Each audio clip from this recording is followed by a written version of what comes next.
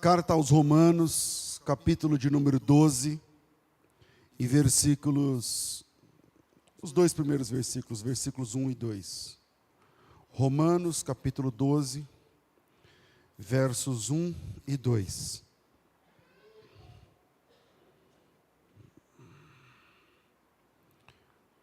O texto diz o seguinte: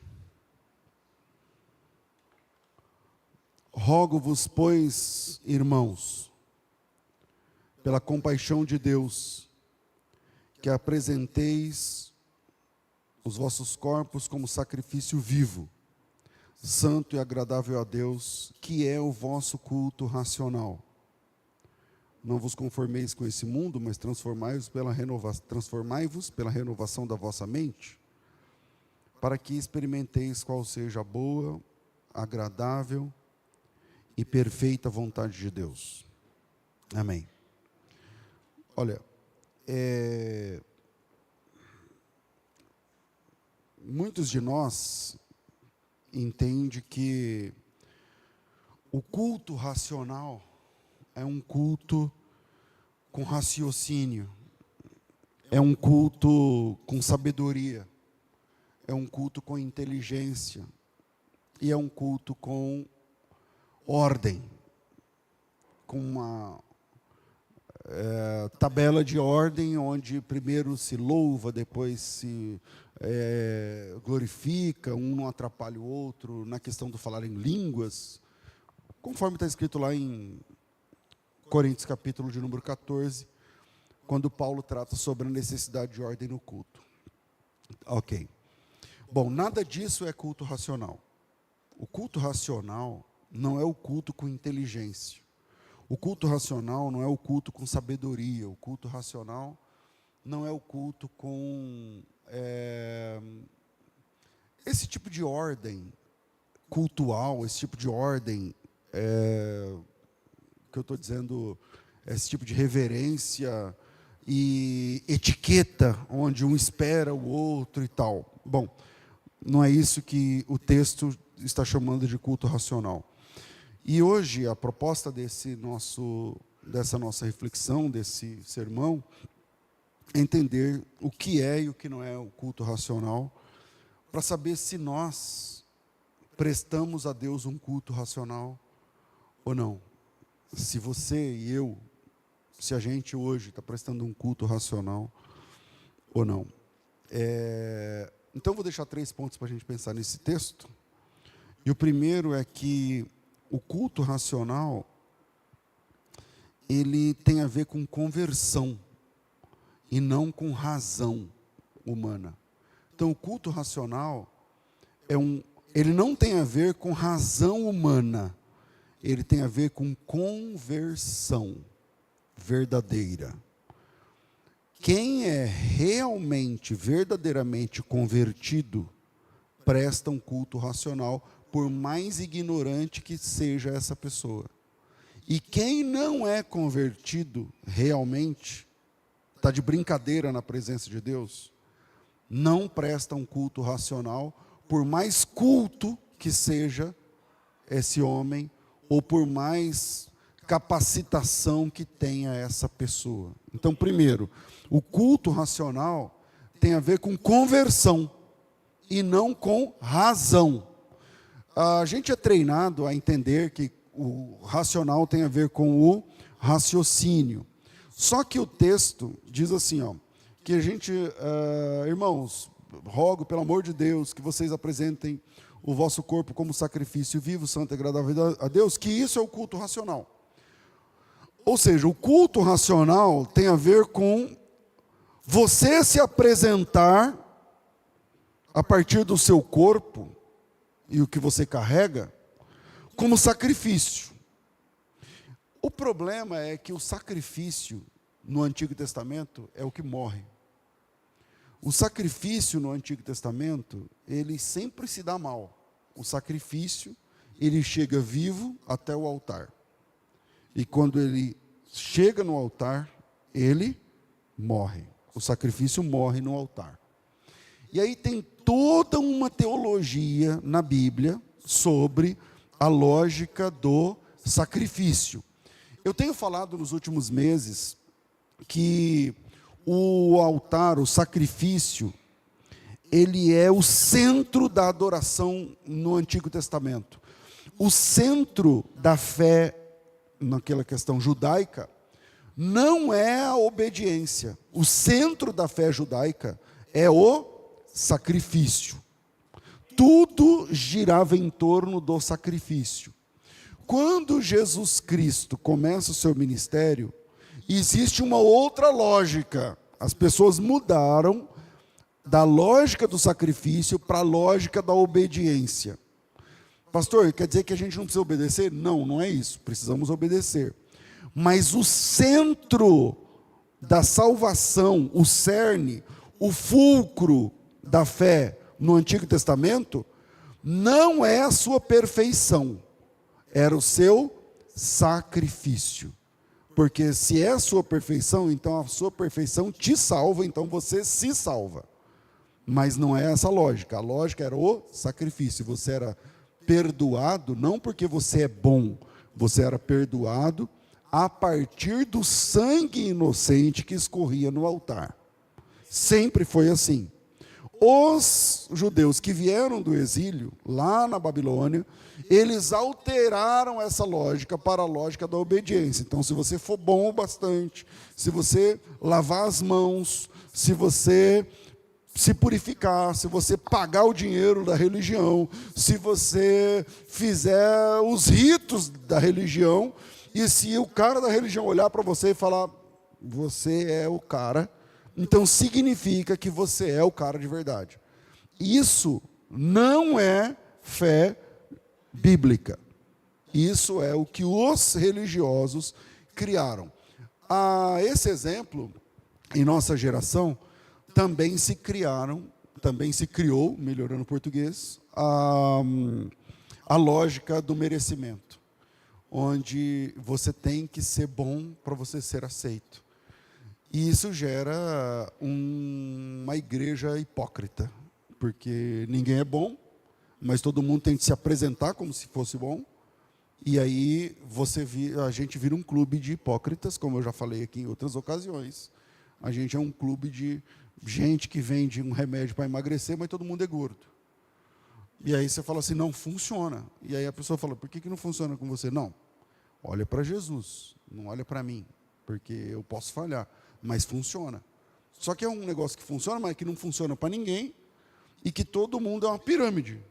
A religião atual é um estilo de pirâmide, onde todo mundo compra um sonho, e que se diz que funciona para todo mundo, mas na verdade não funciona para ninguém, e que você tem que empurrar esse negócio para frente, e você tem que trazer pessoas para cá, para comprar esse sonho que não funciona para você, mas que você diz que funciona, e que vai funcionar na vida do cara que trabalha com você na firma, e estuda com você no colégio, e é seu vizinho, é seu amigo, e você fala, não, você tem que ouvir esse pastor, você tem que ouvir essa igreja, é nessa igreja, é aqui, e tal, e tudo vai funcionar, e o cara compra esse pacote que é esse sonho, e que não funciona para você, mas ele acha que funciona, porque você fala que funciona, e que não vai funcionar para ele, e quando ele perceber, ele também se tornou um hipócrita, e ele está dizendo que também funciona para ele, mas não funciona, e ele vai levando para outra pessoa, e isso vira uma pirâmide. Então, o culto racional na Bíblia não tem a ver com o culto com inteligência ou com raciocínio, mas tem a ver com a conversão. Por quê? Porque o texto diz assim, ó, gente, esse é o apóstolo Paulo voltado para a igreja em Roma, ele diz assim, pelo amor de Deus, se você vai cultuar a Deus, então você tem que oferecer o seu corpo como sacrifício. E oferecer o corpo como sacrifício, como a gente sabe, o sacrifício é o que morre. Então, na Bíblia, existe uma teologia do sacrifício. Então, primeiro, que o sacrifício é o centro da fé bíblica. Segundo, que o sacrifício, ele morre. Por exemplo, por favor, Êxodo capítulo 29, versículo 15. Eu não estou com o meu computador aqui hoje, então eu vou pedir que o pessoal coloque na tela aí, por favor, eu vou ler junto com vocês.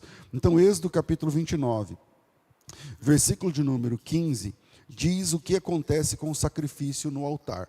Depois tomarás um carneiro, e Arão e seus filhos. Se você está a fim de aprender mesmo em profundidade os próximos minutos, se liga aí nesse tema aí, Arão. Sublinha Arão aí, a gente vai voltar a falar sobre isso. Depois tomarás um carneiro, e Arão e seus filhos porão as mãos sobre a cabeça do cordeiro. Segue, por favor.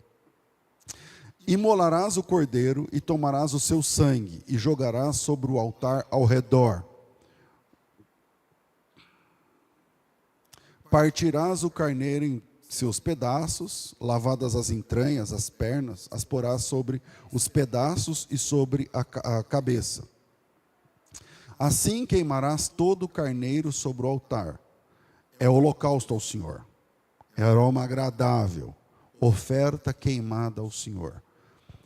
O altar, na cabeça dos irmãos do século 21, é esse lugar de onde eu estou pregando. Na Bíblia não tem nada disso. Na Bíblia não tem nada disso. Então, com todo o carinho que todos os irmãos em Cristo merecem, nós temos compreensões diferentes, e essas compreensões nos foram legadas a partir da cultura a qual fomos ligados. Então, por exemplo, nós temos recebido nos últimos anos vários irmãos que vieram, por exemplo, da congregação cristã. Na congregação cristã, eles não podem orar de costa para o que eles chamam de altar, ou de púlpito, de sei lá o quê. Por quê? Porque na compreensão deles, esse lugar é mais importante do que esse. Então, eu não posso virar as costas. Eu tenho que orar de joelhos de frente. Bom, acontece que esse lugar não é mais importante do que esse, que você está sentado. A disposição, o layout da nossa reunião não importa. Não interessa, podia ser uma roda com o pregador no meio. Podia ser todo mundo em volta da igreja sentado, e o pregador só precisa de um espaço, um lugar onde as pessoas veem e ouvem. O layout não interessa. Isso aqui não é um templo. Isso aqui é um prédio para a gente se abrigar da chuva e do calor e do sol. O templo no Novo Testamento não é o lugar onde vamos. O templo é quem nos tornamos a partir da conversão. Porque na Bíblia, Deus mora em gente. Deus habita pessoas. Um Deus vivo precisava de uma casa viva para habitar, a partir da qual ele fala, a partir da qual ele é ouvido, a partir da qual ele trata. Então Deus habita em seres humanos. Isso é Atos capítulo 7, a pregação de Estevão. Deus não habita em templos feitos por mãos de homens. Então pouco importa de onde está o pregador. Eu posso estar aqui, eu posso estar aqui embaixo, eu posso estar lá no fundo. Se eu estou pregando, então é a palavra de Deus que está sendo falada. Se outro está pregando, eu sento e escuto. E não importa, não interessa os apetrechos da religião no cristianismo não são importantes. Jesus não usava a roupa do sumo sacerdote. Jesus não usava o espaço sagrado que o pessoal da religião usava. Então, voltando aqui, eu li aqui Êxodo capítulo 29, do versículo 15 em diante até o 18. E aí, o sacrifício, nesse caso aqui, o cordeiro, a vida dele acabava no altar. A vida dele terminava no altar. Ou seja, o culto racional é o sacrifício. O culto racional, o culto verdadeiro, o culto que Deus aceita, é o culto do cristão cuja vida para o mundo termina no altar. Conclui-se no altar. Ele morre para o mundo. E ele continua vivo como nova criatura. Essa é a essência da 2 Coríntios capítulo 5, versículo 17. Portanto, as coisas velhas se passaram, eis que tudo se fez novo, e você é uma nova criatura. Por que você é uma nova criatura? Porque você morreu. Porque você morreu. Então o culto racional é o culto de quem morreu. O culto racional é o culto de quem morreu para o mundo. O culto racional não é o culto de quem tem certificados. O culto racional não é o culto de quem sabe grego. O culto racional não é o culto de quem sabe hebraico. O culto racional não é o culto de quem estuda livros. O culto racional é o culto do sacrifício, onde você é o sacrifício vivo. Você morreu para o mundo e você vive para Deus agora. Você soltou as amarras do que te prende ao mundo e você agora se agarrou na graça suficiente que está na pessoa do Senhor Jesus Cristo. Então tira da cabeça que o culto racional é aquele culto esteticamente, teologicamente perfeito. Não, o culto racional é o culto onde há sacrifício. Você morreu para o mundo, você soltou as amarras do mundo e você vive para Deus. E quando a gente tem essa compreensão, pouco importa se a pessoa do teu lado balança de um lado para o outro. Pode ser que o culto dela seja racional e o teu que está julgando, não. Pouco importa se a pessoa grita ou não grita, se a pessoa chora ou não chora, se ela levanta a mão ou se não levanta a mão. O culto racional é o culto de quem morreu para o mundo. Segunda carta de Paulo aos Coríntios, capítulo 4, versículo de número 7, diz assim, eu vou achar aqui que talvez seja mais rápido, diz assim, ó: temos porém esse tesouro em vasos de barro, para que a excelência do poder seja de Deus e não nossa. Em tudo somos atribulados, porém não angustiados, perplexos e não desanimados, perseguidos, mas não desamparados, abatidos, mas não destruídos, levando sempre no corpo o morrer, levando sempre no corpo o morrer de Jesus, para que também a sua vida se manifeste em nosso corpo. O culto racional é o culto de quem atravessou, quem foi para o altar. Altar não é o lugar de onde o pregador fala. Isso aqui é palco, é palanque, é uma estrutura. O altar é onde a gente morre. O altar é onde o sacrifício termina. Ninguém sai com vida do altar. Tudo termina no altar. Altar é fim. Altar é término. Altar é morte. E a vida cristã começa depois do altar. Começa do altar para frente. Então, primeiro, o culto racional não tem a ver com raciocínio. O culto racional não tem a ver com razão. Quem diz isso? O texto. O texto que nós lemos diz assim: irmãos, pela compaixão de Deus, apresenta o teu corpo como sacrifício, porque isso é o culto racional.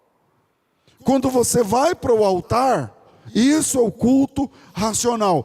Hoje em dia, tem uma outra metáfora. A primeira errada é que o altar é o palco, é o púlpito de onde o pastor fala. Isso não é verdade. Isso aqui não é altar. Altar é onde morre o bicho. Altar é onde morre o animal. Altar é lugar de morte de sangue. Essa é a primeira errata da fé cristã do século 21. A segunda é que altar é lugar de você colocar dinheiro. Já ouviram isso ou não?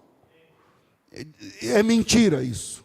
Na Bíblia ninguém colocava dinheiro em altar. Altar é onde tudo termina. Tudo termina no altar. Tudo se consuma no altar. Segundo ponto é que o culto racional não obedece à lógica de Arão. O culto racional não obedece à lógica de Arão. E aí, porque qual é a lógica de Arão? A lógica de Arão é que termina no altar. O Arão, no texto que nós lemos, eu até falei, se você quer aprender um pouco mais, sublinha o Arão aí nesse texto, que eu não lembro mais qual foi, acho que Êxodo 20, alguma coisa. Por quê? Porque o Arão, ele é o irmão de Moisés. E quando Deus estabelece o sacerdócio, Deus decidiu que o sacerdócio seria da casa de Moisés. Todo sacerdote, ele era da família de Moisés. Todo sacerdote, ele era da tribo de Levi, porque o Moisés é levita, e o irmão do Moisés levaria o que a gente vai conhecer como dinastia sacerdotal. Então, todo sacerdote, para ser sacerdote, tinha que ser de uma tribo específica, que era a tribo de Levi. é a tribo de Levi. Bom, qual é a questão da lógica da lógica que eu vou chamar aqui do sacerdócio araônico? O que é sacerdócio araônico? A dinastia sacerdotal firmada por Deus a partir de Arão, um cara da tribo de Levi, que era, por definição, o irmão do Moisés. E o Moisés é o legislador, é o cara que traz a lei e tal. Então, existe uma lógica que é a lógica de Arão. E qual é a lógica de Arão? O Arão é o sumo sacerdote, então ele tem a roupa da religião, a roupa que Deus estabeleceu. Ele tem... E é tudo, tá? Deus estabeleceu a cueca do Arão. Não sei se vocês sabem, mas depois leiam lá. Eu acho que é Êxodo 20 para frente. Do 20 ao 29 você vai achar que até o shorts, eu vou falar short agora, porque é como fosse um calção, depende da versão de Bíblia que você tem aí, que pega do umbigo até metade da coxa, que Deus diz assim, quando ele estiver nu, primeiro ele veste esse calção, de linho, branco, e aí ele vai detalhando todas as etapas, inclusive da roupa do Arão. As pedras que ele usaria no peito, as 12 pedras, o tipo de chapéu lá que ele usaria, tem nomes estranhos lá, o éfode e tal. Bom, Deus estabeleceu tudo isso e esse é o ministério araônico. Só que o ministério araônico, ele serve para quê? Para trazer os pecadores vêm para o Arão. Eu estou falando do sumo sacerdote primeiro, aí tem os sacerdotes.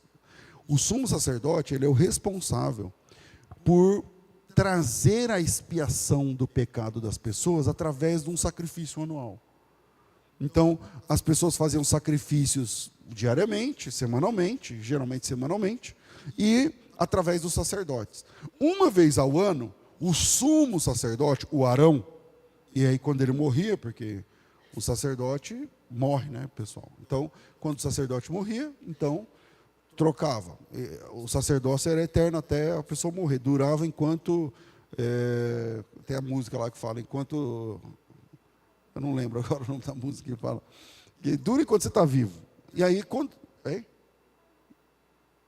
Não ouvi nada. Então, quando a pessoa morria, então trocava. Só que a dinastia era sempre araônica. Grava isso. A dinastia, o sacerdócio é araônico. Os sacerdotes mudavam, os sumos sacerdotes mudavam conforme iam morrendo. Mas é sempre da ordem de Arão. Isso é importante. E até onde vai o sacerdócio de Arão? O sumo sacerdócio de Arão? Bom, vai até o altar, onde tudo termina. Fez ali o sacrifício, matou o cordeiro, utilizou o sangue derramando sobre os 4 chifres, as 4 pontas do altar. Cada sacrifício tem lá suas exigências, que não é o caso aqui, suas formas e exigências. E aí termina. Tipo assim, eu sou o Arão, minha função termina aqui. Termina no altar, porque o altar termina o animal, morre o animal, a gordura é queimada, a carne, depende da exigência do sacrifício, é levada para fora, ou dependendo, é queimada toda no altar. O altar tinha uma grelha, tipo uma churrasqueira, e aí tinha uma grelha ali onde ele colocava o animal, embaixo as brasas, acendia, a lenha, não era exatamente brasa, era lenha com fogo mesmo, e o fogo queimava o animal, e o cheiro que subia, a Bíblia chamava aquele negócio de cheiro suave diante de Deus. Bom, essa informação do cheiro suave e tudo mais, também está na Bíblia, em algum lugar que eu anotei, mas que não está aparecendo aqui agora, porque sumiu na minha anotação, mas a Bíblia fala que esse sacrifício subia como cheiro suave diante de Deus. Bom, ok. Só que o sacerdócio araônico terminava ali. O sacerdócio araônico terminava ali. Não tem como ir além da morte do animal. E o culto racional, ele transcende a lógica de Arão. O culto racional na Bíblia, para que você tenha um culto racional, o Arão não pode ser seu sumo sacerdote. Porque senão tudo termina no altar e no altar tudo morre. Então se você vai morrer no altar, então acabou, terminou. Só que na Bíblia, a gente sobrevive a essa morte como novas criaturas. E isso o Arão não dá conta de trabalhar. O ministério de Arão termina com a morte. Então a gente precisa, se a gente sobrevive a essa morte, e essa sobrevivência é a partir de uma nova criatura, então a gente está carente agora de outro sumo sacerdote. É por isso que o autor aos Hebreus, eu convido você a abrir a Bíblia em Hebreus capítulo 7. Eu vou fazer a leitura, vai ser um pouco maçante, mas eu gostaria muito da sua atenção, e se Deus quiser a gente pode aprofundar um pouquinho mais. Diz assim, ó. Aí ele vai falar sobre o segundo sumo sacerdote, ou melhor, o próximo sacerdócio, que é o sacerdócio conforme a ordem de Melquisedeque. Olha aqui para mim, fala Melquisedeque. Esse nome é estranho, né? Melquisedeque, né? Em hebraico esse nome se diz Malchi-Tzedek. E vamos lá, Malchi é um nome composto, como separado por um hífen. Malchi-Tzedek. O Malchi, ele é a palavra Meler, que é rei, com o sufixo I. E em hebraico, o sufixo I, ele traz a ideia de propriedade. Por exemplo, El é Deus, Eli é Deus meu. Lembra de Jesus na cruz? Eli, Eli, Deus meu, é El mais I. Meler é rei. É que esse Kaf, Raf em hebraico é a mesma letra, mas é um ponto que diferencia.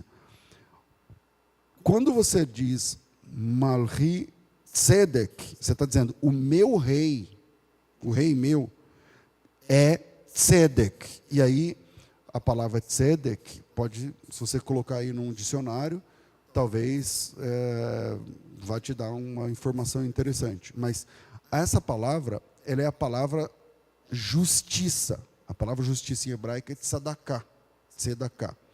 Então, o meu rei é justiça. Esse é o significado primário do nome Melquisedeque. Esse nome estranho na Bíblia aí significa o meu rei é justiça. E aí, vocês sabem, eu vou ler aqui Hebreus 7, mas vocês sabem a história, né? Lá em Gênesis, eu não lembro agora o capítulo, acho que 14, por ali. O Abraão vai para uma guerra, e essa guerra é uma guerra desigual, tem mais reis contra ele, e essa guerra tem a ver com o Ló, e aí o Abraão enfrenta esses reinos, esses reis, esses exércitos, e ele faz lá um compromisso com Deus e tal, e aí Deus dá a vitória para Abraão. E o Abraão volta vitorioso, e não apenas ele ganha a guerra e liberta o Ló, mas ele também ganha os despojos da guerra. Essa era a lei da guerra, as regras da guerra, né? E aí ele volta rico, milionário, com todos os despojos, ouro e prata e as coisas dos caras lá que ele venceu. E no meio do caminho, isso é Gênesis, ele encontra esse ser enigmático. Agora veja, o Abraão, esse texto eu acho que é Gênesis 14, eu estou inseguro, mas eu acho que é 14. 2 capítulos atrás, o Abraão estava conhecendo Deus. O Abraão conhece Deus por definição em Gênesis 12. Disse o Senhor a Abraão: Abraão, sai da tua terra, da tua parentela, para uma terra que eu te mostrarei, não sei o que lá. E aí ele conhece Deus há 2 páginas atrás. E quando ele está voltando dessa guerra, ele é um cara que anda com Deus há pouco tempo, ele não conhece Deus plenamente. E quando ele está voltando dessa batalha vitoriosa, é a primeira guerra que ele enfrenta, tendo Deus como seu mestre, seu mentor, seu norte, ele encontra um cara chamado Melquisedeque. E esse cara, enquanto Abraão está conhecendo Deus, o Melquisedeque já é sacerdote, sumo sacerdote desse Deus. Não me pergunte como, eu também não sei. Eu sei que enquanto Abraão está conhecendo Deus, o Melquisedeque para ele e fala, você que está conhecendo Deus? Pô, eu mesmo. Eu trabalho para ele. Aí Abraão, você trabalha para ele? Como que? Eu sou sumo sacerdote. Abraão, o que é um sumo sacerdote? Porque não existe sacerdócio ainda. Eu não sei lá pelas quantas, o Melquisedeque. E ele é rei de um... obrigado. É 14 mesmo, né? Melquisedeque, rei de Salem. E Salem, em hebraico, é uma palavra irmã da palavra Shalom, que significa paz. Então, esse Melquisedeque, que é rei de justiça, o meu rei é justiça, é o significado, ele também é o rei da paz. Ele é rei de um lugar chamado Salem. E Salem parece ser um lugar, um nome antigo para Jerusalém. Aí a gente pode, uma hora, numa quinta-feira, tratar esse assunto. E aí, o Abraão, imagina o encontro. Você que está conhecendo Deus, aí voltando dessa guerra, eu mesmo, é comigo mesmo. Você que Deus falou para sair do seu lugar, sem saber para onde ia? Sou eu mesmo. E aí, como é que você está se relacionando com esse Deus? Esse Deus é estranho, eu não consigo, eu falo com ele sempre, mas ele não fala comigo sempre. Ele, quando ele quer, ele entra em contato comigo e me dá ordens. Legal. Eu trabalho para esse Deus. Você trabalha para esse Deus? Como? Eu sou sumo sacerdote desse Deus. E o que um sumo sacerdote faz? E aí tem lá um encontro entre Abraão e Melquisedeque.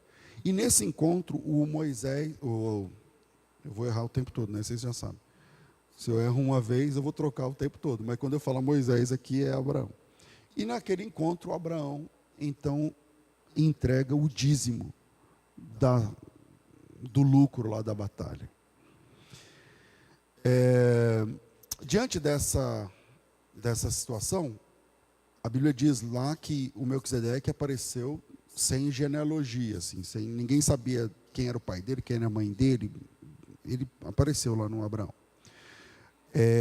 Diante desse texto, vamos lá para a leitura de Hebreus 7. Presta atenção. Diz assim o texto. Eu vou ler o último versículo do 6, só para efeito de contexto. Onde Jesus, como precursor, entrou por nós, tendo se tornado sumo sacerdote para sempre, conforme a ordem de Melquisedeque. Bom, temos uma informação aqui. Os sumos sacerdotes não duravam para sempre, porque eles morriam. É a morte que era o problema. Você é sumo sacerdote? Sou. Até quando? Até quando eu morrer. E quando você morrer? Acabou. Aí tem que ser outro. Então, havia troca de sacerdote na ordem de Arão, porque eles morriam. E aí entra Jesus como sumo sacerdote de outra ordem, a ordem de Melquisedeque. E a Bíblia diz que ele é sumo sacerdote para sempre. Bom, a gente sabe que ele é para sempre porque ele ressuscitou e venceu a morte. Versículo 1. Porque este Melquisedeque é rei de Salém, sacerdote do Deus Altíssimo, que saiu ao encontro de Abraão, quando Abraão voltava da matança dos reis e o abençoou, para o qual também Abraão separou o dízimo de tudo. Primeiramente, se interpreta rei de justiça. Rei de justiça por conta do nome Tzedek. E depois também rei de Salém, ou seja, rei de paz. Sem pai, falando do Melquisedeque lá do encontro de Gênesis 14. Sem pai, sem mãe, sem genealogias, não teve princípio de dias, nem fim de existência. Entretanto, foi feito semelhante ao Filho de Deus e permanece sacerdote perpetuamente. Considerai, pois, como era grande esse a quem Abraão, o patriarca, pagou o dízimo, tirado dos melhores despojos. Ora, os que dentre os filhos de Levi recebem o sacerdócio têm mandamento para recolher, de acordo com a lei, os dízimos do povo, ou seja, dos seus irmãos, embora tenham estes descendido de Abraão. Entretanto, aquele cuja genealogia, estou falando de Melquisedeque, não se inclui entre eles, recebeu dízimos de Abraão e abençoou aquele que tinha as promessas. Evidentemente, é fora de qualquer dúvida que o inferior é abençoado pelo superior. Nesse caso, o Abraão é menor do que o Melquisedeque. Versículo 7, versículo 8. Aliás, aqui, são homens mortais que recebem dízimos. Porém, ali, naquele momento, aquele de quem se testifica que vive. E por assim dizer, também Levi que não tinha nascido ainda, porque Levi está 500 anos depois de Abraão. E por assim dizer, também Levi, que recebe dízimos, pagou dízimos na pessoa de Abraão. Porque aquele que ainda não tinha sido gerado, Levi, através do seu pai, Abraão, quando Melquisedeque saiu ao encontro desse, pagou o dízimo. Se, portanto, a perfeição houvera sido mediante o sacerdócio levítico, o que o autor está dizendo agora? Ele falou assim, olha, se esse ministério araônico fosse perfeito, repito, se, portanto, a perfeição houvera sido mediante o sacerdócio levítico, pois nele baseado o povo recebeu a lei, que necessidade haveria de que se levantasse um outro sacerdote segundo a ordem de Melquisedeque e que não fosse contado segundo a ordem de Arão? Qual era a necessidade de ter outro sacerdócio? Pois quando se muda o sacerdócio, necessariamente há mudança de lei. Pausa aqui. As pessoas transformaram isso num ditado evangélico, e esse ditado é citado erradamente. Eu não sei se você já ouviu falar. Eles dizem assim, quando muda o sacerdote, muda-se a lei. Já ouviram? Tá, não é o que a Bíblia diz. A Bíblia não diz que quando muda o sacerdote, muda a lei. A Bíblia diz que quando muda-se o sacerdócio, muda-se a lei. Ou seja, todos os sacerdotes que iam sendo trocados porque eles morriam, eles não tinham autoridade de mudar a lei porque eles estavam debaixo da lei de Moisés. Mas quando muda o sacerdócio, sai o sacerdócio de Arão e entra o sacerdócio de Melquisedeque, que é Cristo, aí tem uma alteração da lei. E aí a gente parou no versículo 12, 13. Porque aquele de quem são ditas essas coisas pertence, que é falando de Cristo, porque aquele de quem são ditas todas essas coisas pertence a outra tribo, da qual ninguém prestou serviço no altar. Jesus, por exemplo, não é da tribo de Levi. Pois é evidente que o nosso Senhor procedeu de Judá, tribo a qual Moisés nunca atribuiu sacerdotes. E isto é ainda muito mais evidente quando, à semelhança de Melquisedeque, se levanta outro sacerdote, constituído não conforme a lei de mandamento carnal, mas segundo o poder de vida indissolúvel. Porquanto testifica, tu és sacerdote para sempre, conforme a ordem de Melquisedeque. Ele está citando um texto do Salmo 110. Portanto, por outro lado, se revoga a lei anterior, a anterior ordenança, por causa da sua fraqueza e inutilidade. Tinha que falar isso para os adventistas, né, que querem manter a lei de Moisés. Portanto, por outro lado, se revoga a anterior ordenança, por causa da sua fraqueza e inutilidade. Pois a lei nunca aperfeiçoou coisa alguma. E por outro lado, se introduz esperança superior, através da qual chegamos a Deus. E visto que não é sem prestar juramento, porque aqueles sem juramento são feitos sacerdotes, mas este com juramento, por aquele que lhe disse, o Senhor jurou e não se arrependerá, tu és sacerdote para sempre. Por isso Jesus se tem tornado fiador de superior aliança. Mudou o sacerdócio, não é mais o de Arão, agora é o de Melquisedeque, que é na pessoa de Cristo, e essa aliança é superior àquela. Versículo 23, ora, aqueles são feitos sacerdotes em maior número, porque são impedidos pela morte de continuar. Então tem um monte deles, milhares de sacerdotes. Este, Cristo, no entanto, porque continua para sempre, tem o seu sacerdócio imutável. Por isso também, Ele pode salvar totalmente os que através dele se chegam a Deus, vivendo sempre para interceder por eles. O sacerdócio de Cristo não termina com a morte, ele continua. Verso 26, com efeito, nos convinha um sumo sacerdote como este, santo, inculpável, sem mácula, separado dos pecadores e feito mais alto do que os céus, que não tem necessidade, como os sumos sacerdotes, de oferecer todos os dias sacrifícios, primeiro pelos seus próprios pecados, depois pelos pecados do povo, porque fez isso uma vez por todas, quando a si mesmo se ofereceu, porque a lei constituiu sumos sacerdotes, homens sujeitos à fraqueza e à morte, mas a palavra do juramento, que foi posterior à lei, constitui o Filho, sumo sacerdote perfeito para sempre. Deu para entender esse capítulo da Bíblia? Porque isso muda tudo. Então, segundo ponto, o culto racional não obedece à lógica de Arão. O culto racional ele obedece à lógica e à ordem de Melquisedeque. Por quê? Vamos lá, eu disse que eu ia ler o texto e depois ia mostrar algumas coisas nesse texto. Primeiro, o capítulo 7, verso 11, diz que a lei levítica não foi perfeita.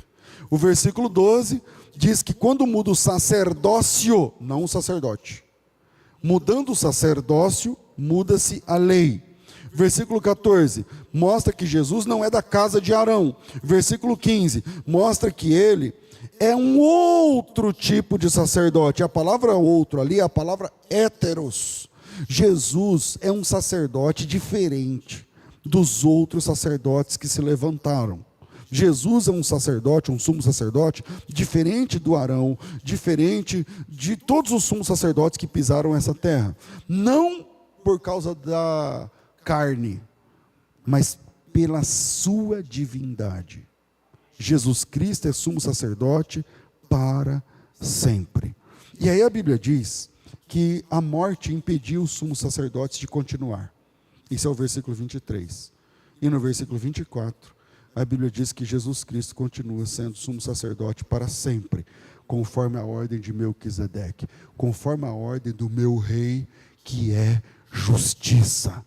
Esse meu rei, teu rei, nosso rei, que é justiça, ele também é o rei da paz. E esse rei de justiça e de paz, ele permanece para sempre. Ele não morre quando muda a política. Ele não morre quando chega aos 70, 80, 90 anos. Esse rei que morreu nesse altar há 2000 anos atrás, ele permanece reinando, sendo justiça e sendo paz para todo o sempre. Então, segundo, o culto racional não é o culto que está ligado à lógica de Arão. O culto racional é o culto que está ligado à lógica de Melquisedeque. O seu sumo sacerdote não morre, ele venceu a morte. O teu sumo sacerdote, ele não é falho, ele é perfeito. O teu sumo sacerdote, ele não tem a necessidade de cada dia ficar morrendo novamente ou derramando sangue. Ele derramou sangue uma única vez, e essa única vez foi responsável por salvar todos os homens, aqueles que creem dentre os homens.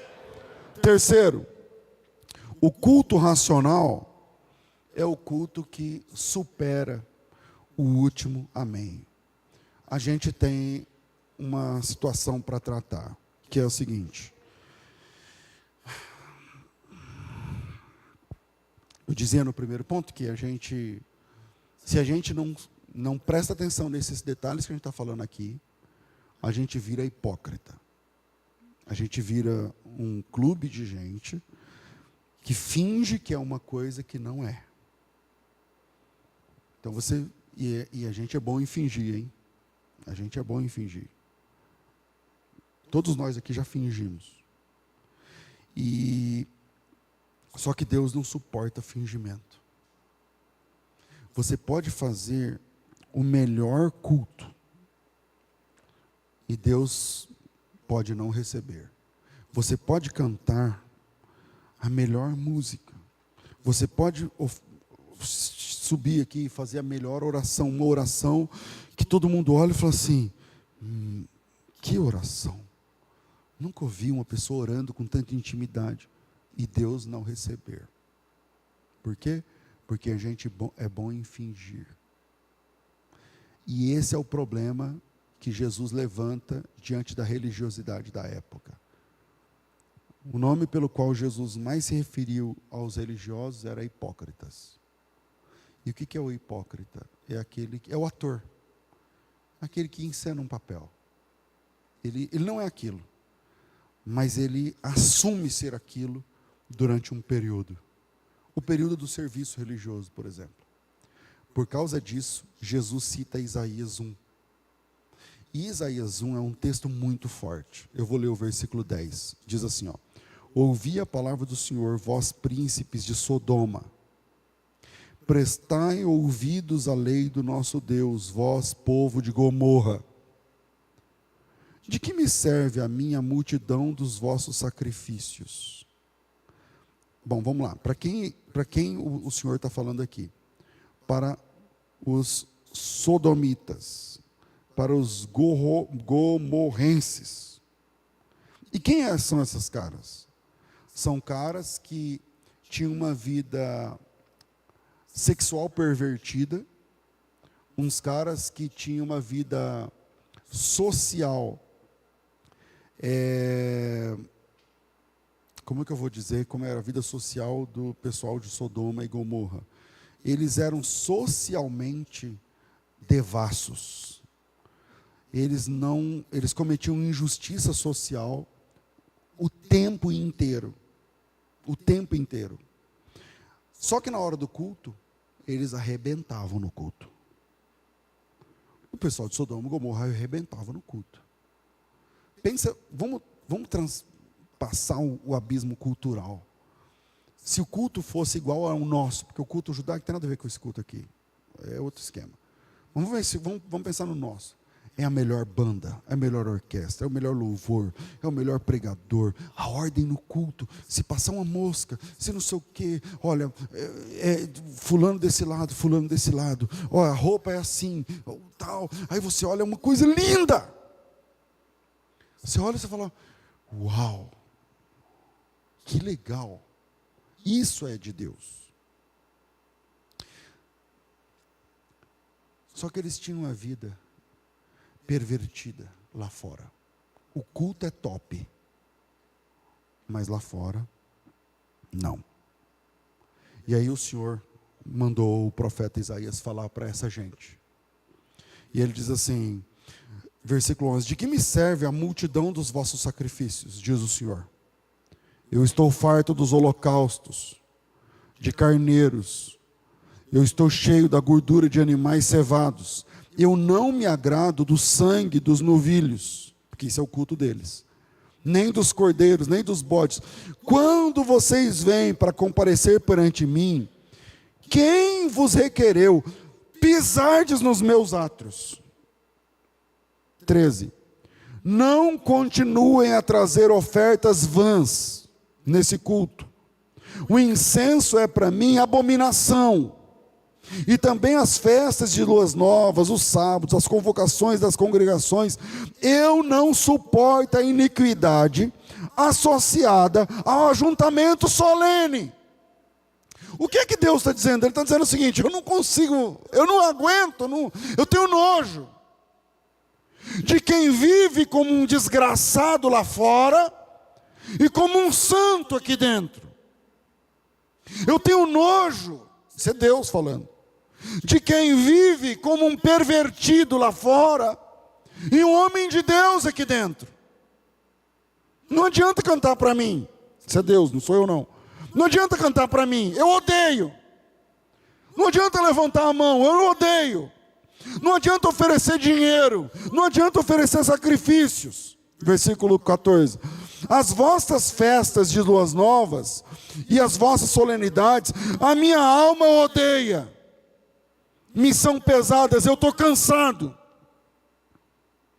Versículo 15. Por causa disso, quando você levanta a mão, eu escondo os olhos. Quando você aumenta a sua oração, eu não escuto. Porque as vossas mãos estão cheias de sangue. Lavai-vos, purificai-vos, tira a maldade do teu coração. Para de fazer o mal. Aprenda a fazer o bem.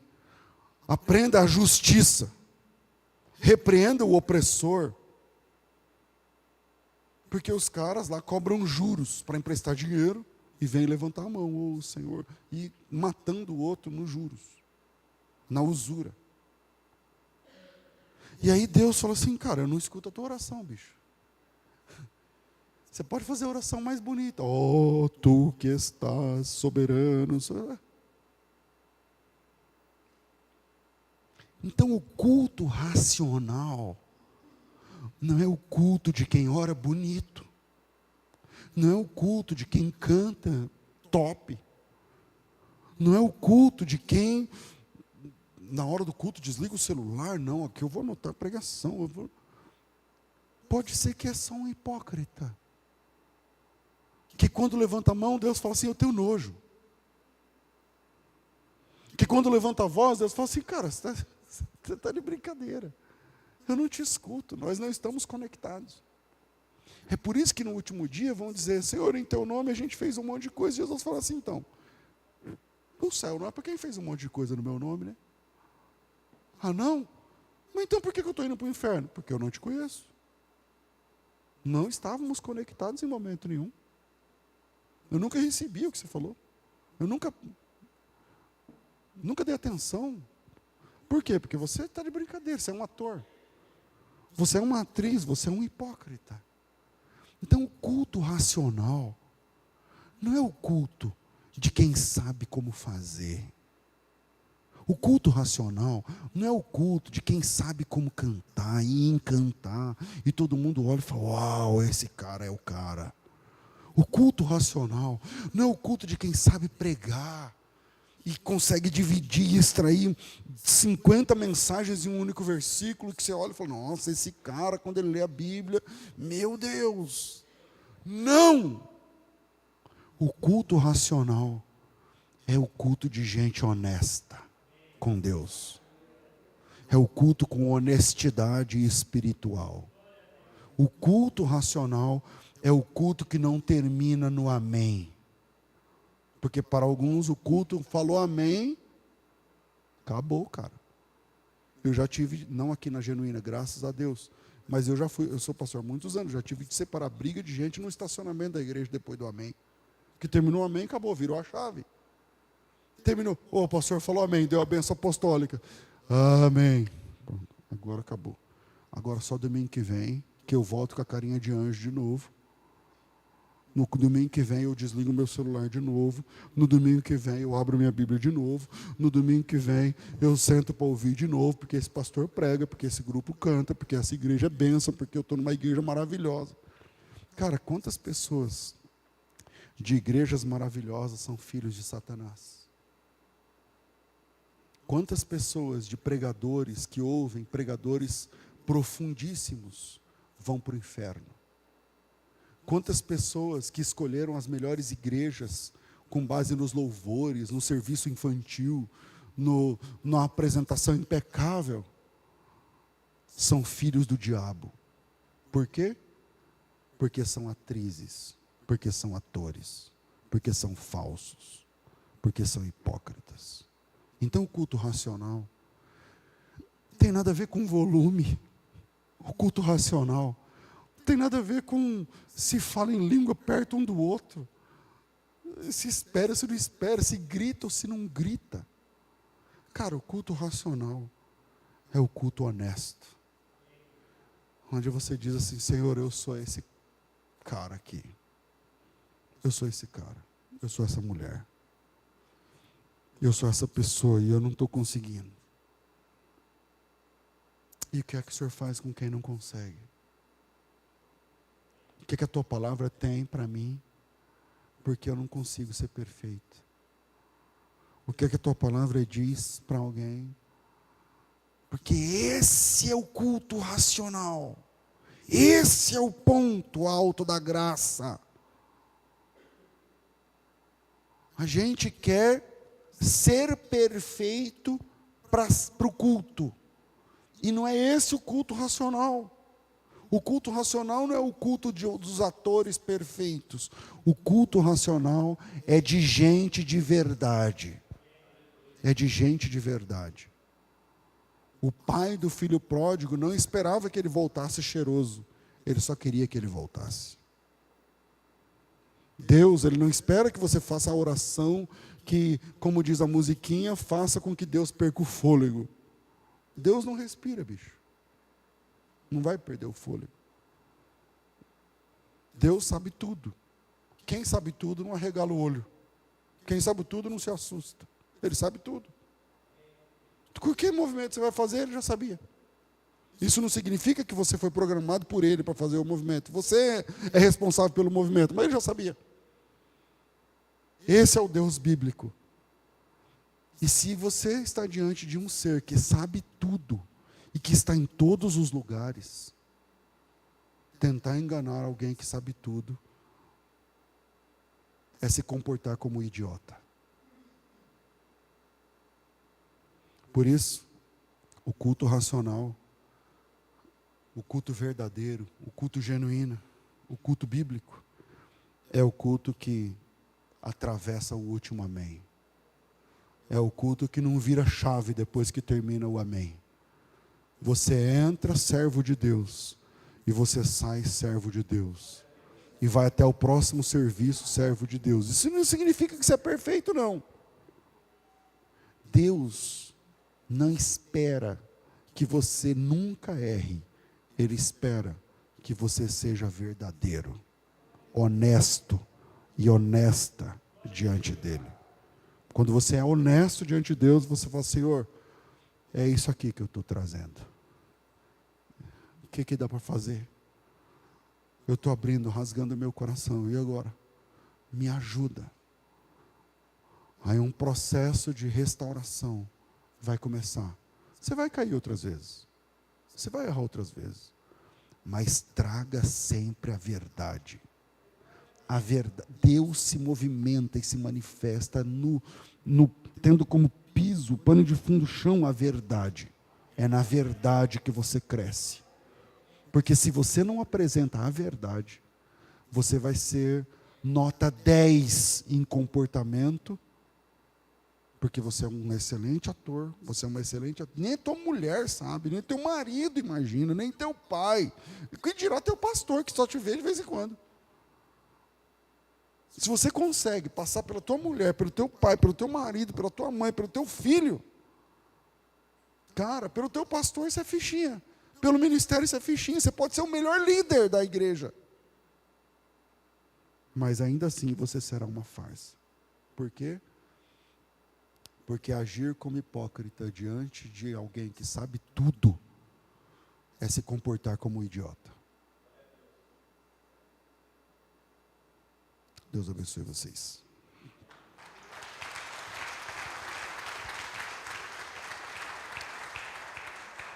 Vamos ficar de pé, meus irmãos?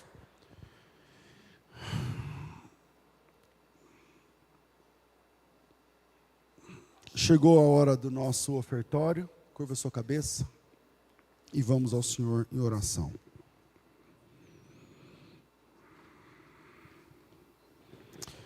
Pai, é em nome de Jesus que nós levantamos a voz e ousamos falar contigo em oração. Sabemos que nos estás ouvindo, não por nossos méritos, mas porque o sangue de Jesus tocou o seu altar. E por causa desse sangue, temos acesso ao Senhor. E obrigado por isso. Em nome de Jesus, pedimos que o Senhor, que sabe tudo a nosso respeito, que vasculha a nossa alma, o nosso entendimento, Tu que sabes as necessidades dessa igreja, financeiras, e as possibilidades que eu tenho de servir, que eu tenho de contribuir, que eu tenho de investir no Teu reino, direcione a mim agora e aos meus irmãos, para juntos glorificarmos o teu nome, ofertando. Seja com uma alíquota específica de 10%, de 20%, de 5%, de 10%, sei lá. Que o teu Espírito Santo esclareça em nós como devemos nos comportar agora no momento do ofertório. Continue dando sabedoria para os irmãos da tesouraria dessa igreja, para investir integralmente esses recursos na tua obra, no teu reino, para a glorificação do teu nome, que é santo, santo, santo. Assim oramos agradecidos. Amém. Amém. Bom.